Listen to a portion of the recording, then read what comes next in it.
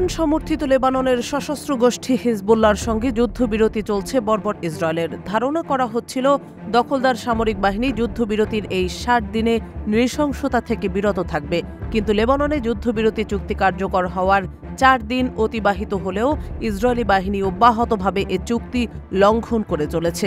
এমনকি গত ২৪ ঘণ্টাতেও হামলা চালিয়েছে সংঘাতপ্রেমী ইসরায়েল, যার ফলে সেখানে ২ জন নিহত হয়েছেন। তবে এর থেকেও অবাক করা তথ্য হল, যুদ্ধবিরতি কার্যকর হওয়ার পর থেকে ইসরায়েল অন্তত ৬২ বার এই চুক্তি লঙ্ঘন করেছে।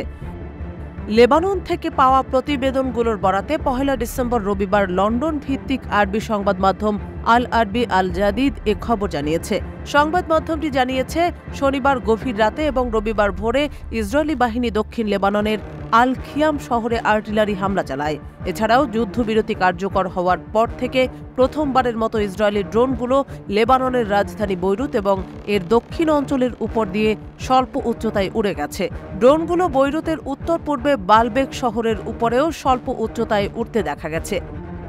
আরবি সংবাদ মাধ্যম আরও জানিয়েছে, কেবল শনিবারেই ইসরায়েলি বাহিনী ২৪ বার যুদ্ধবিরতি লঙ্ঘন করেছে, যার ফলে গত ২৭ নভেম্বর থেকে মোট চুক্তি লঙ্ঘনের সংখ্যা দাঁড়িয়েছে ৬২তে। এই লঙ্ঘনগুলোর মধ্যে ছিল বিমান হামলা, আর্টিলারি ফায়ার, ড্রোন কার্যক্রম, গুলি চালানো, দক্ষিণাঞ্চলীয় গ্রামগুলোতে অনুপ্রবেশ এবং বিভিন্ন অঞ্চলে যানবাহন পোড়ানো ও ধ্বংস করা।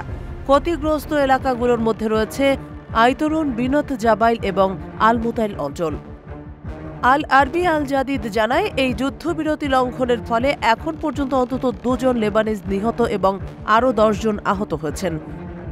উল্লেখ্য যে যুক্তরাষ্ট্র ও ফ্রান্সের প্রচেষ্টায় লেবাননে যুদ্ধবিরতি চুক্তিটি মূলত ইসরায়েল ও হিজবুল্লাহর মধ্যে ১ বছরেরও বেশি সময় ধরে চলা সংঘর্ষ বন্ধ করার জন্যই করা হয়েছে, যা গত কয়েক মাসে আরও তীব্র আকার ধারণ করেছিল। তবে ইসরায়েলের অব্যাহত লঙ্ঘনের ফলে অঞ্চলটিতে আবারও উত্তেজনা ফিরে আসতে পারে বলে শঙ্কা প্রকাশ করেছেন বিশেষজ্ঞরা।